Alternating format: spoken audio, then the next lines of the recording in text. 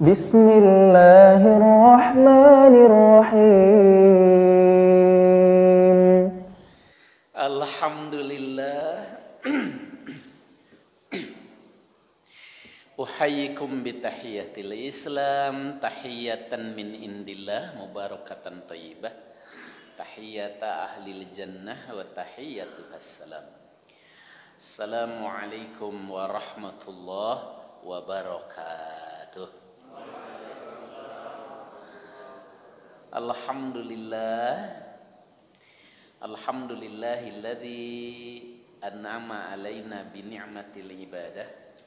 Asyhadu an la ilaha illallah wahdahu la syarikalah wa asyhadu anna Muhammadan abduhu wa rasuluh. Allahumma iftah lana qulubana wa alhimna rusydana wahdina ila siratikal mustaqim. Faqala ta'ala a'udzu billahi as-sami'il 'alim minasyaitonir rajim. Ya ayyuhalladzina amanu ittaqullaha haqqa tuqatih wa la tamutunna illa wa antum muslimun, amma ba'du. Terima kasih kesempatan yang diberikan pengurus dan jamaah, bapak-bapak dan saudara-saudara. Bersyukur kita kepada Allah malam yang barokah ini, malam ke-12 di bulan Dzulqa'dah. Itu artinya tinggal 4 pekan lagi kita akan memasuki Idul Adha. Dan ngaji kitab Al-Adabul Mufrad kita malam ini masuk di bab 112. Ya. Orang yang tidak pandai berterima kasih kepada manusia, maka dia juga tidak akan bisa bersyukur kepada Allah. Ya. Orang yang tidak pandai berterima kasih kepada manusia, dia juga tidak akan bisa bersyukur kepada Allah. Atau ya, sebagai salah satu bentuk syukur kepada Allah itu juga adalah berterima kasih kepada orang yang telah berbuat baik kepada kita. Kan begini, kalau kebaikan orang lain kepada kita, berusahalah kita selalu mengingatnya. Tapi kalau kesalahan orang, berusahalah melupakannya. Jangan yang diingat kesalahannya melulu. Aneh sakit hati sama dia. Kenapa? Ngomongnya nggak ngenakin. Padahal udah 3 tahun lalu. Padahal dia aja udah nggak inget. Boro-boro udah 3 tahun. Dulu aja dia nggak inget misalnya. Keliru. Kalau kesalahan orang, berupalah melupakan. Masih inget nggak?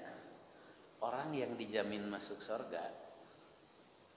Kan ketika Kanjeng Nabi berkata sebentar lagi akan ada datang calon penghuni surga.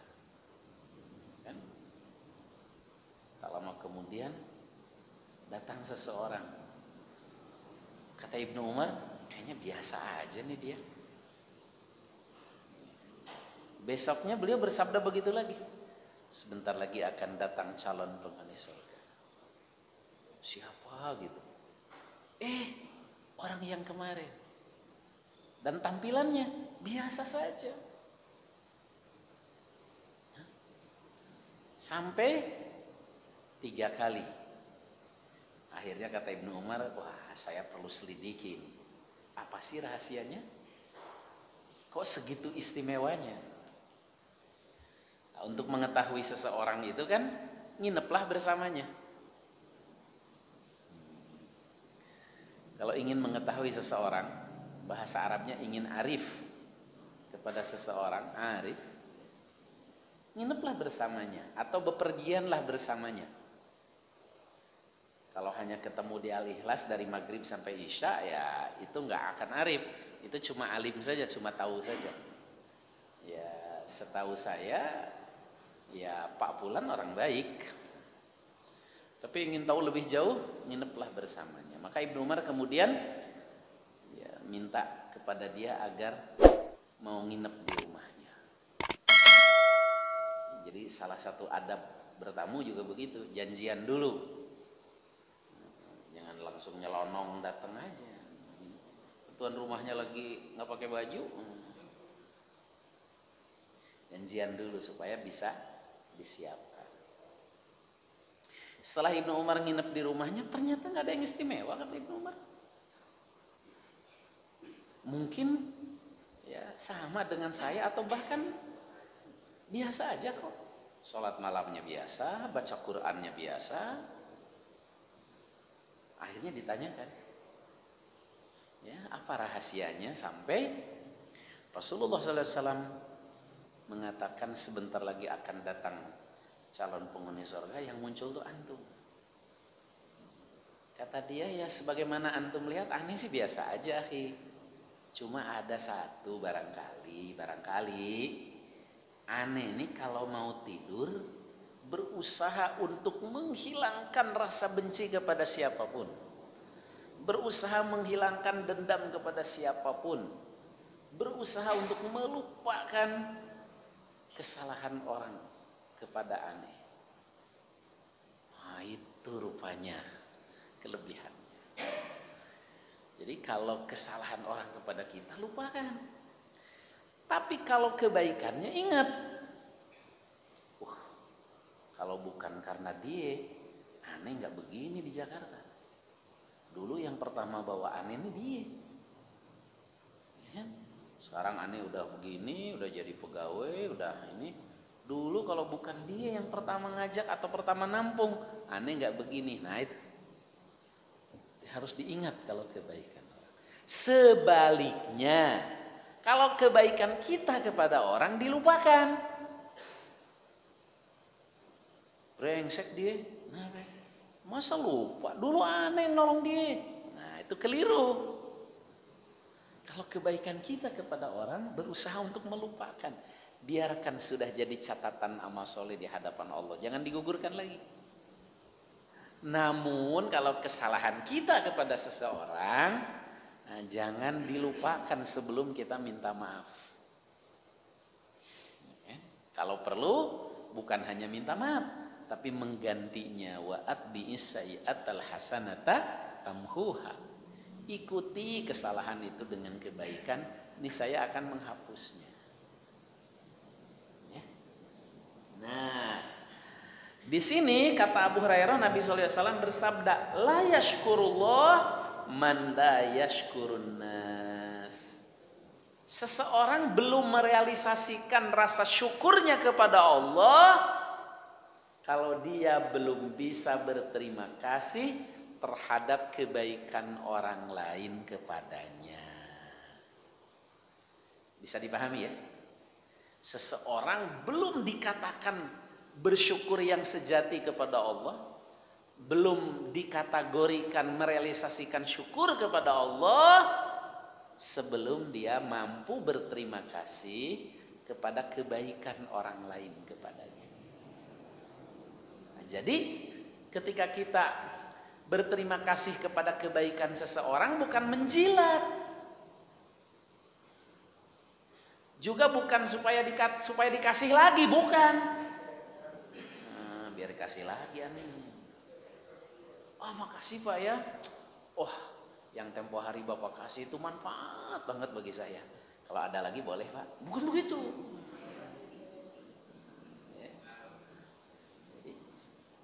Rasa terima kasih itu kita sampaikan sebagai bentuk rasa syukur kita kepada Allah. Kalau kepada Allah jelas kita bersyukur. Kenapa? Allah telah menggerakkan hati orang itu untuk berbuat baik kepada kita. Ustaz boleh nggak begini? Ya Allah gerakan hati si fulan supaya baik kepada saya. Boleh. Boleh. Ya Allah, si fulan itu kan cukup kaya, cukup mampu. Ya, gerakan hatinya biar berbagi kepada saya. Kalau itu kurang baik. Kalau minta begitu mah langsung aja kepada Allah. Soal Allah mau ngasihnya lewat siapa, itu terserah. Ya. Nah, jadi la yashkurullah man la yashkurun nas. Belum dikategorikan bersyukur kepada Allah orang yang belum mampu berterima kasih kepada kebaikan manusia kepada kita. Lanjut, nak. Abu Hurairah, Nabi SAW bersabda, qala ta'ala linnafs akhriji qalat la ahruju illa kariha. Allah Subhanahu wa taala berfirman kepada jiwa, akhriji, keluarlah dari jasad. Jiwa berkata, la ahruj illa kariha, saya tidak akan keluar kecuali dalam keadaan terpaksa. Ya, terpaksa karena Allah yang memerintahkan. Artinya apa? Ya, sebenarnya jiwa itu betah di jasad manusia. Ya. Kalau jiwa nafsun itu kan tergantung apakah dia menjadi jiwa yang nafsun yang mutmainnah, atau nafsun yang lawamah, atau nafsu yang ammarah. Itu tergantung amal kita. Kalau jiwanya orang beriman, beramal soleh, orang bertakwa, maka jiwanya adalah nafsul mutmainnah. Ya. Maka ketika wafat dipanggilnya juga oleh Allah dengan panggilan yang lembut. Ya ayyatuhan nafsul mutmainnah, irji'i ila rabbiki radiyatan mardiyah, fadkhuli fi ibadi wadkhuli jannati. Itu kalau orang yang beriman, beramal soleh, bertakwa, maka nafsunnya, jiwanya adalah nafsun yang mutmainnah. Tapi kalau yang setengah-setengah, ya ahyanan-ahyanan, kadang baik, kadang enggak, kadang taat, kadang maksiat, kadang takwa, kadang durhaka, maka nafsunya adalah nafsul lawamah. Ya kalau itu ya keluarnya ogah-ogahan tuh, ya ruh dicabutnya juga, naudzubillah, ya Allahumma hawin alina fi sakaratil maut. Ya. Apalagi yang nafsu yang amarah bisu. Ya, nafsu amarah bisu ini orang yang tukang maksiat, tidak taat, menentang aturan Allah, hidup mengikuti hawa nafsu, maka nafsunya disebut nafsu amarah bisu. Maka jadikanlah jiwa-jiwa kita itu jiwa-jiwa nafsun yang mutmainnah. Bagaimana caranya? Caranya adalah keimanan yang sudah kita miliki itu pupuk terus dengan ibadah, dengan amal soleh, dengan ketaatan,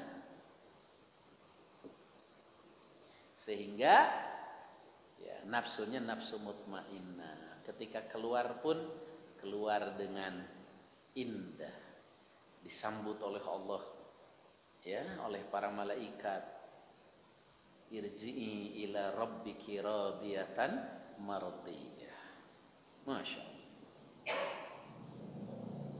Nah, salah satu di antara ciri jiwa yang nafsun yang mutmainnah itu adalah jiwa-jiwa yang pandai bersyukur. Makanya disimpan di bab ini. Kan kayak nggak nyambung. Apa hubungannya ini? Kok Allah berfirman kepada jiwa, ketika ngebahas soal bersyukur. Maksudnya jiwa mutmainnah itu adalah yang salah satu cirinya pandai bersyukur. Baik bersyukur kepada Allah maupun berterima kasih kepada kebaikan manusia. Kan kemarin sudah dijelaskan. Ya, minimal membalas kebaikan orang itu dengan mendoakan. Itu minimal. Ya, kalau yang terbaik kita juga melakukan kebaikan kepada dia, bahkan lebih. andaikan tidak mampu, paling tidak mendoakan. Dan di antara doa yang cepat dikabulkan itu adalah doa seseorang kepada si fulan yang si fulan itu tidak tahu kalau dia didoakan. Ya, saya ulangi, di antara doa yang cepat mustajab itu adalah doa seseorang kepada saudaranya yang saudaranya itu tidak tahu kalau dia didoakan.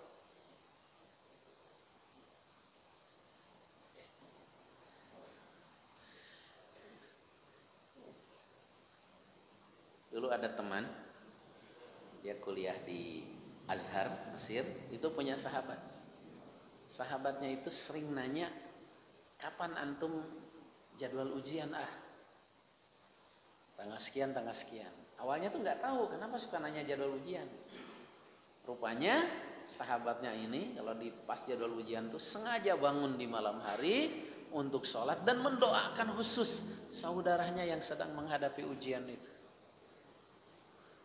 Maka sahabatnya ini di Azhar tuh cepat ya, bukan kategori pintar, kategori biasa gitu, tapi 4 tahun selesai lebih cepat. Nah itu salah satu di antara buah ya dari doa seseorang kepada saudaranya yang dia tidak tahu kalau dia didoakan. Itu salah satu bentuk ungkapan terima kasih yang paling sederhana. Kita pernah mendapatkan kebaikan dari seseorang. Apakah itu saudara atau saudara sepengajian, saudara sejamaah masjid, sama-sama aktivis sholat berjamaah, sama-sama jamaah di Al-Ikhlas. Kalau ngebalas kebaikannya dengan materi nggak mampu. Ya. Tapi saya bangun untuk mendoakan khusus dia di sholat malam. Itu kan tidak perlu biaya. Ya? Tidak perlu biaya. Kata Roma Irama, tidak harus bayar. Murah harganya. Anehnya walau murah banyak yang ogah. Nah, jadi salah satu di antara nafsul mutmainnah adalah jiwa yang pandai bersyukur. Baik bersyukur kepada Allah maupun berterima kasih pada seseorang. Berterima kasih kepada seseorang, andaikan kita tidak mampu membalasnya, paling tidak mendoakannya. Syukur-syukur didoakan khusus di waktu yang khusus pula. Oke, lanjut. Berikutnya pertolongan seseorang pada saudaranya.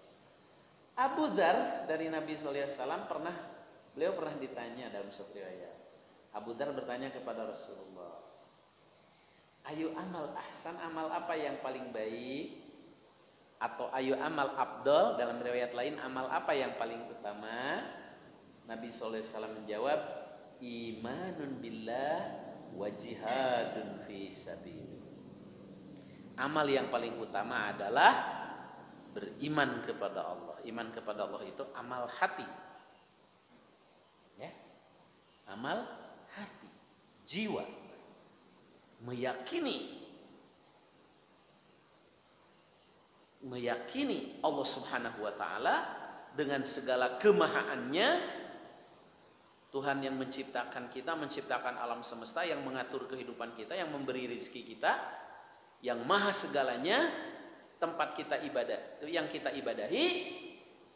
Wa jihadun fisabilillah, dan berjihad di jalannya. Kalau jihad itu amal raga, amal fisik. Ya. Kalau kata UAS, berpeluh, berkeringat sampai berdarah-darah, itu amal fisik. Kalau mantap keimanan kepada Allah, itu amal hati. Jadi amal yang paling utama, kata Kanjeng Nabi, adalah iman kepada Allah lalu berjihad. Berjihad itu amal jasad. Ya. Sampai baik itu keringetan,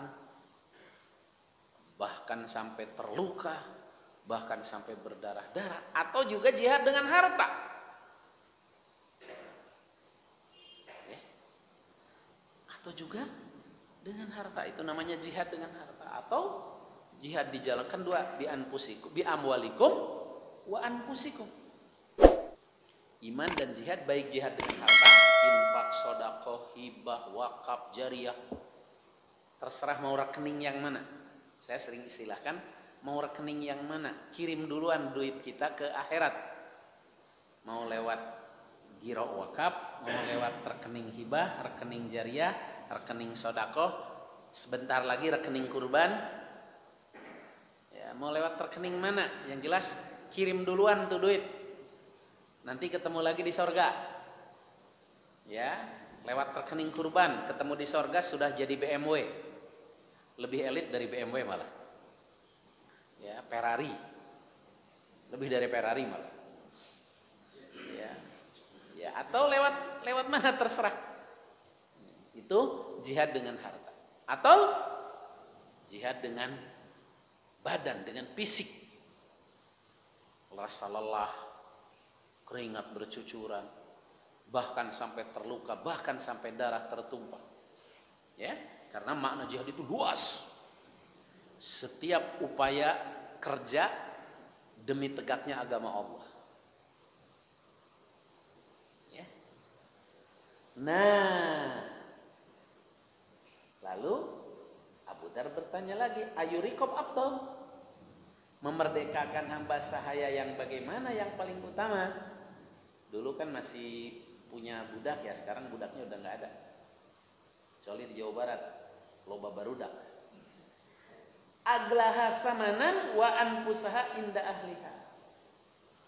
Kalau dulu waktu masih banyak budak, ya, budak yang paling utama itu memerdekakan budak yang paling mahal dan paling berharga oleh pemiliknya. Kalau dulu itu kerjanya paling rajin, ya kan, ibadahnya juga taat, gak pernah disuruh tapi nurut banget. Kalau dulu ya, sekarang kan sudah tidak ada konteks budak hari ini. Kalau di Malaysia budak itu anak kecil, sama dengan di Bandung. Aparaita in lam astati ba'dal amal? Bagaimana pendapatmu wahai Kanjeng Nabi kalau saya tidak mampu melaksanakan sebagian dari perbuatan itu? Memerdekakan hamba sekarang kita nggak bisa, hambanya nggak ada. Ya. Nah, maka kata Kanjeng Nabi, fatu'inu dha'i'an aw tasna'u lil ahrab. Kamu bisa membantu orang yang melakukannya, atau lakukan hal itu pada pihak yang tidak melakukannya sama sekali. Bisa bantu, misalnya ya, membangun masjid sih nggak bisa. Kita nggak bisa menyebarkan duitnya, tapi kan ikut ngaduk mah bisa. Tapi kan ngakut bata mah bisa. Ya, ikut masang genteng mah kan bisa. Lakukan yang bisanya. Apa ra'aita in du'iftu? Bagaimana kalau saya lemah? Ngaduk udah nggak kuat. Ngangkat bata boro-boro. Ya kan, ngantri ikut nyodorin genteng apalagi. Ya, ngecor boro-boro. Lemah. Tapi masih mau beramal. Duit nggak punya, badan lemah. Ya, maklum, geus kolot. Apa yang harus dilakukan? Tada'un nas minasyarr fa innaha shadaqah tusaddiqu biha ala nafsik. Nah, ini yang paling minimal. Jangan mengganggu orang. Jangan suka ganggu orang minimal kalau nggak bisa. Jangan ini mah udah infak enggak, bantuin enggak, tapi tukang ngomong aja, nyakitin lagi. Minimal jangan banyak ngomong. Udah nggak infak, bantuin tenaga juga kagak, mau diem kek, jangan ngomong. Ini kalau ngomong nyakitin lagi. Ayo dong, yang muda-muda tuh kerja tuh, males sih lo. Padahal dia sendiri duduk manis. Nah itu kan namanya pika sebelen itu. Minimal jangan ngomong, jangan mengganggu orang. Tada'unas minasyarri. Jangan mengganggu manusia, baik mengganggu dengan ucapan maupun mengganggu dengan tindakan. Suka ada yang kayak begitu? Infak kagak, bantuin tenaga juga enggak, tapi ngomong paling gede. Ya, kan? Ada gerakan ngecor bersama di masjid, saya masih ingat tuh. Salah satu masjid dulu, gerakan ngecor bersama. Kita semua turun, santri, ustadz semua, karena ngecor kan kalau dulu kan belum ada alat, masih diaduk dan harus kan kalau ngecor nggak boleh berhenti ya. Ada itu bapak-bapak udah nggak ikutan, ngomong melulu, ngomongnya nggak ngenakin lagi sama yang lain. Nah itu contoh yang nggak bagus. Minimal katakan Nabi, jangan ganggu orang baik dengan ucapan maupun tindakan. Fa innaha shadaqah, itu juga udah jadi sedekah. Nah, mungkin ada yang bertanya, emang kok suka ada yang begitu Ustadz, kenapa ya? Karena salah satu kelemahan manusia itu adalah syahwatul kalam. Syahwatul kalam itu doyan ngomong. Ya, pokoknya dia kalau nggak ngomong tuh nggak enak aja. Gitu. Maka menahannya itu jadi kebaikan. Ya. Itu sedekah katakan Nabi. Tusaddiqu biha ala nafsi, ya. Dan itu juga terhitung sedekah untuk dirimu. Itu bagi siapa? Bagi yang lemah. Harta nggak punya, fisik juga sudah lemah. Tapi kalau fisik masih kuat, dengan fisik, walaupun jangan dengan fisik, tapi ngomong juga jangan. Ya. Ngomong itu tidak harus banyak, cukup seorang aja. Yang lain jadi pendengar. Makanya Allah hanya ngasih satu mulut dan telinga dua, supaya kita lebih banyak mendengar. Jangan banyak komentar, kecuali diminta. Bagaimana pendapat Bapak? Baru kita ngomong. Kalau menurut Bapak bagaimana baiknya? Oh menurut saya sih begini Ustaz. Begitu. Kalau menurut Bapak bagaimana nih orang tua? Oh kalau menurut saya begini Ustaz. Nah, begitu adabnya. Jangan nggak disuruh ngomong duluan, ngatur lagi, ya kan? Nyakitin lagi, nah itu tidak boleh. Itu namanya syarr, keburukan.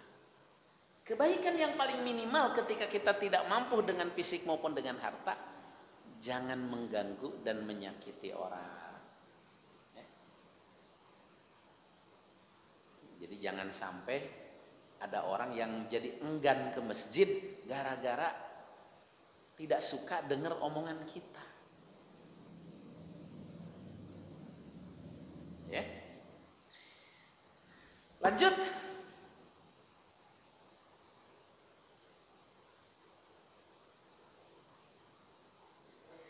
Dari Qabidah ya bin Bumah al-Asadiyah berkata, saya pernah berada di samping Rasulullah SAW. Beliau bersabda begini, ahlul ma'ruf fid dunya hum ahlul ma'ruf fil akhirah.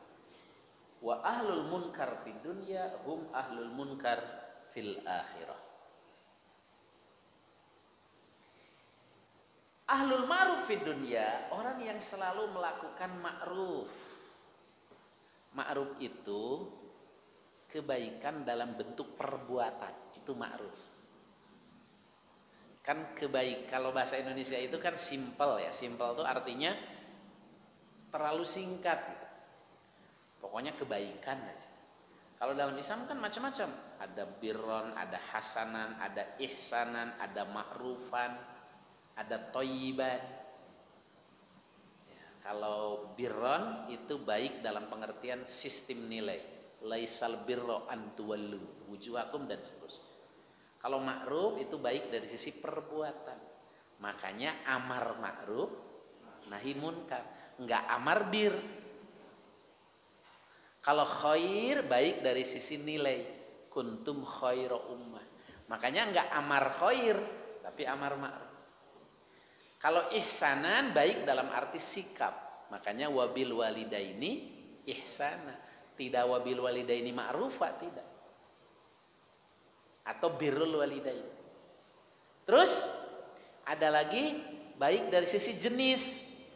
Makanya kalau makan kan halalan thayyiba, enggak halalan ma'rufa. Nah itu semua kalau bahasa Indonesia kan artinya baik aja semuanya. Karena bahasa Indonesia itu dibuat sesimpel mungkin dulu. Bahasa persatuan dibuatnya simpel. Ya, bahasa Indonesia itu tidak mengenal past tense, present tense, continuous tense, enggak. Pokoknya kalau makan ya makan aja, nggak ada madi, nggak ada mudorenya. Tinggal dikasih keterangan aja, sudah makan, sedang makan, akan makan. Kalau bahasa Arab kan ada madi, mudore, amr. Bahasa Inggris ada past tense, ya, present tense dan continuous tense. Nah, kalau bahasa Indonesia enggak. Dan tidak ada kasta. Ustadz makan, ayam makan, kambing makan. Tidak ada kasta. Nah, kalau dalam bahasa Arab kayak tadi, ahlul ma'ruf itu kebaikan dalam pengertian perbuatan-perbuatan. Ya. Orang yang ahli kebaikan artinya bukan kebaikan yang teori, tapi kebaikan yang dalam bentuk perbuatan. Ahlul ma'ruf, oh dia si ahli kebaikan. Ya, ahli kebaikan. Kalau kerjaan, ya kan, ada proyek kerjaan masjid duluan. Dan ketika kurban ditawarkan duluan. Ada proyek pembangunan perluasan masjid, dilelang tanah duluan. Ahlul ma'ruf. Pokoknya kebaikan-kebaikan dalam bentuk yang diril pekerjaan. Ahlul ma'ruf, ahli kebajikan di dunia, maka di akhirat juga dia dikumpulkan bersama ahli kebaikan, ahlul ma'ruf juga. Demikian juga sebaliknya, yang ahlul munkar, yang tukang munkar, tukang maksiat, tukang melakukan kemunkaran, perbuatan dosa, ya di sana juga kumpulnya sama yang begitu.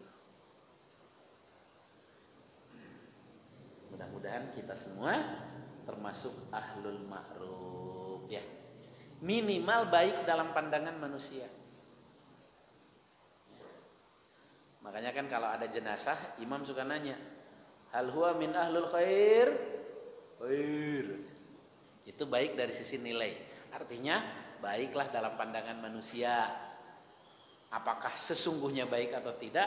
Allah yang Maha tahu. Jarang ditanya hal huwa min ahlil ma'ruf? Ma'ruf jarang kan? Karena ma'ruf itu betul-betul kebaikan yang direalisasikan. Inna ahlal ma'ruf fid dunya hum ahlul ma'ruf fil akhirah. Lanjutnya. Nah, jadi orang yang melakukan kebajikan di dunia, di akhiratnya nanti dikumpulkan bersama orang-orang yang baik dan juga akan mendapatkan balasan kebajikannya itu. Ya. Jadi bukan hanya dikumpulkan bersama orang-orang baik, bukan hanya dikumpulkan bersama orang-orang yang tukang berbuat kebajikan, tapi dia akan mendapatkan kebaikan dari apa yang dilakukannya itu. Dan itu tercatat rapih dalam file kita. Dan malaikat tidak pernah lengah untuk mencatat kebaikan sekecil apapun. Demikian juga sebaliknya, yang melakukan munkar di dunia juga akan mendapatkan balasan di akhirat. Kecuali ada kecualinya, kecuali buru-buru bertaubat. Kalau bertaubat ada dua kemungkinan, diampuni atau dihapus. Kalau diampuni catatannya ada, cuman sudah diampuni. Kalau dihapus sama sekali tidak dicatat di amal karena sudah buru-buru dihapus. Makanya tidak ada ruginya memperbanyak taubat dan istighfar. Karena ada dua kemungkinan dari kemungkaran dan dosa yang kita lakukan. Kalau kita beristighfar itu hanya ada dua kemungkinan, dihapus atau diampuni. Dihapus sama sekali tidak tercatat di catatan amal kita karena udah dihapus. Kalau diampuni ada catatannya, cuman dicoret, ada tip ekannya. Tapi kebaikan, ya, yang dilandasi keikhlasan dan betul-betul, ya, ahlul ma'ruf di dunia, maka akan mendapatkan balasan kebajikan di akhirat. Dan tidak akan berkurang karena rasa terima kasih orang. Ya, makanya jangan salah dalil. Kewajiban berterima kasih itu kepada si objeknya. Kita yang mendapatkan kebaikan dari orang, berterima kasihlah kepada dia. Kalau kita yang berbuat kebaikan, jangan minta terima kasih. Ini bantu antum ya. Makasih dong. Nggak perlu. Nggak perlu. Karena apa? Toh nanti kita akan mendapatkan kebaikan itu di akhirat. Walaupun orangnya tidak berterima kasih. Tapi orang, kalau kita yang dibantu, memberikan rasa terima kasih, minimal mendoakan tadi. Dan ketika orang berterima kasih kepada kita nggak perlu ini, nggak usah terima kasih lah, itu udah kewajiban aneh, nggak perlu, biasa aja. Khawatir ucapan itu menunjukkan ria malah, supaya nanti diomongin sama dia, kalau dia orangnya ikhlas, nggak mau diterima kasihin, ya malah jadi ria kan. Jadi biasa aja, karena insya Allah tidak akan mengurangi balasan kebajikan, sebab inna ahlal ma'ruf fid dunya hum ahlul ma'ruf fil akhirah. Lanjut nak. Saya mendengar dari Abu Usman menceritakan kepada kami dari Salman hadis tadi, ya. Lanjut. Ini hanya menjelaskan riwayat.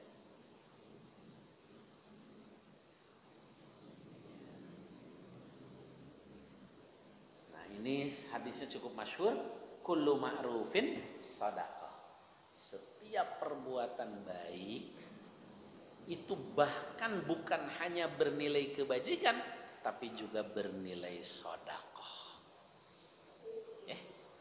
Ketika kita membantu kesulitan orang, ya, membesarkan hati ketika seseorang sedang berduka, menghiburnya ketika sedang sedih.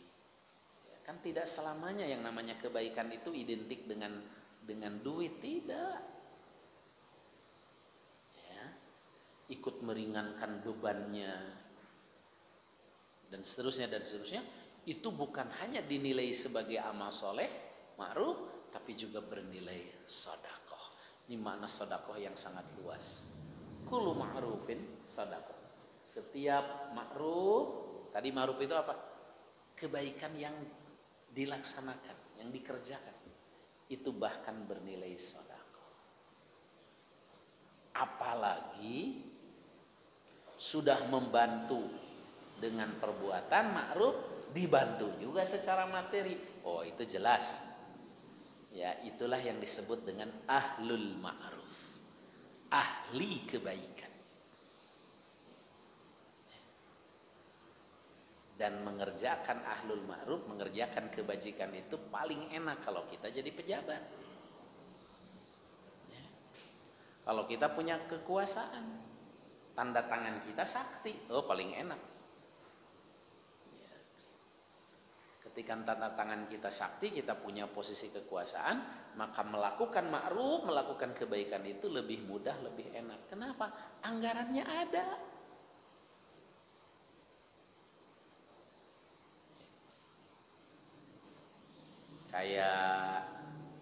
Kayak Pak Gubernur kan enak, dengan tanda tangan dia, ya, maka masjid-masjid di Jakarta mendapatkan BOTI, bantuan operasional tempat ibadah. Masjid 2 juta per bulan, musola 1 juta per bulan.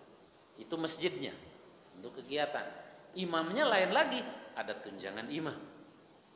Merebotnya lain lagi, ada tunjangan merebot. Ya, merebot 1 orang, imam 1 orang, masjid 1 orang. Total 100 miliar lebih se-Jakarta masjid. Kan cukup dengan tanda tangan Pak Gubernur. Gubernur yang sekarang, masjid dapat bantuan 2 juta per bulan, imamnya ada honornya, merebotnya ada bantuannya. Itu ma'ruf. Anggarannya dari mana? APBD. Jadi kalau punya kekuasaan itu lebih mudah masuk surga. Karena bayangkan, dia menjadi ahlul ma'ruf, cukup dengan tanda tangannya yang sakti, kebijakannya. Ya, tapi kalau tidak berkuasa kan cuma bisa marah-marah doang. Kayak kemarin ada jemaah lagi huruj di masjid saya. Ustaz, bagaimana ini? Tenaga kerja asing pada berdatangan segala macam. Bagaimana ini? Saya bilang salah sendiri nggak berpuasa. Kalau nggak berpuasa begitu, cuma bisa ngomel doang. Kalau kita berpuasa, bahkan lebih mudah masuk surga. Kenapa? Kita bisa jadi ahlul ma'ruf, ahli kebajikan. Cukup dengan tanda tangan. Anggarannya ada, APBN, APBD. Kan? Bisa bantu masjid, bantuan anak yatim, bisa bantuan orang-orang miskin, duafa. Tapi Ustadz mudah juga masuk penjara. Kalau masuk penjara mah boro-boro pejabat ya, bukan pejabat aja gampang. Itu meresiko. Ya. Masya Allah, itu semua adalah ma'ruf. Dan ma'ruf, kebaikan itu akan mendapatkan balasannya di akhirat, bernilai sedekah pula. Ya.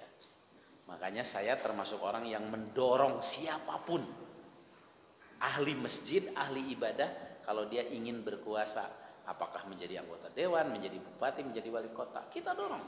Mudah-mudahan kalau ahli masjid jadi pejabat, ya banyak nanti masjid-masjid yang dibantu, anak yatim yang dibantu, orang miskin yang dibantu. Dengan apa? Dengan tanda tangannya. Kita dorong, kita dukung. Ya, jangan preman yang didorong. Orang-orang masjid ahli ibadah, ahli pengajian. Lanjut, nah. Ala kulli muslim shadaqah. Fa in lam yajid falyamal biyadi fa yanfa'u nafsa wa yatasaddaq. Setiap muslim wajib sedekah. Bagaimana kalau tidak mampu ya Rasul? Bekerjalah dengan tangan. Ya, lalu dia bisa bermanfaat bagi dirinya dan dia bisa sedekah. Fa in lam yastati awalam yaf'al, bagaimana kalau tidak mampu atau enggak ada kerjaan? Falyu'in dal hajah al malhu, bantulah orang yang teraniaya atau mengalami kesulitan. Fa in lam yaf'al, kalau enggak mampu, fa ya'mur bil khair wa ya'mur bil ma'ruf. Kalau tidak mampu ya amar khair dan amar ma'ruf. Ya, ajak orang berbuat baik dan ajak berbuat ma'ruf. Minimal ya bersama-sama ya. Fa in lam yaf'al, kalau tidak mampu lagi bagaimana ya Rasul? Fa yumsik anisyar fa innahu shadaqah. Kalau enggak bisa berbuat baik, minimal jangan berbuat yang jelek. Jangan jahat. Jangan nyakitin orang, jangan mengganggu orang, itu yang paling minimal. Jadi Masya Allah Islam itu indah sekali Bapak-Bapak. Tidak ada satu peluang apapun kecuali di situ terbuka pintu amal soleh. Ya, bagi orang yang tidak mampu apapun sama sekali, dia masih bisa berbuat baik. Apa? Diam, jangan melakukan kesalahan. Diam, jangan melakukan kejahatan. Diam, jangan melakukan ya, hal yang menyulitkan orang lain. Itu minimal. Syukur-syukur bisa berbuat, syukur-syukur bisa berbagi. Mudah-mudahan kita semua termasuk ahlul khair dan ahlul ma'ruf, orang-orang yang selalu berupaya berbuat kebajikan insyaallah. Ya. Dan kalau punya anak, apalagi anak kita itu sudah kita didik agamanya, sudah disekolahkan, dorong jadi pejabat, dorong jadi anggota dewan. Kalau dia jadi tentara, jadilah tentara yang hebat. Kalau dia jadi polisi, jadilah polisi yang hebat, yang bisa berbuat untuk agamanya. Supaya posisi-posisi itu dipegang oleh kita ahli-ahli masjid, jangan dipegang oleh orang-orang tukang maksiat. Begitu. Jadi anak kita, cucu kita tuh dorong, siapkan membangun negeri kita tercinta, supaya betul-betul bisa jadi ahlul ma'ruf, orang-orang yang berbuat kebajikan. Ya, subhanaka Allahumma wa bihamdik asyhadu an la ilaha illa anta astaghfiruka wa atubu ilaik. Assalamualaikum warahmatullahi wabarakatuh.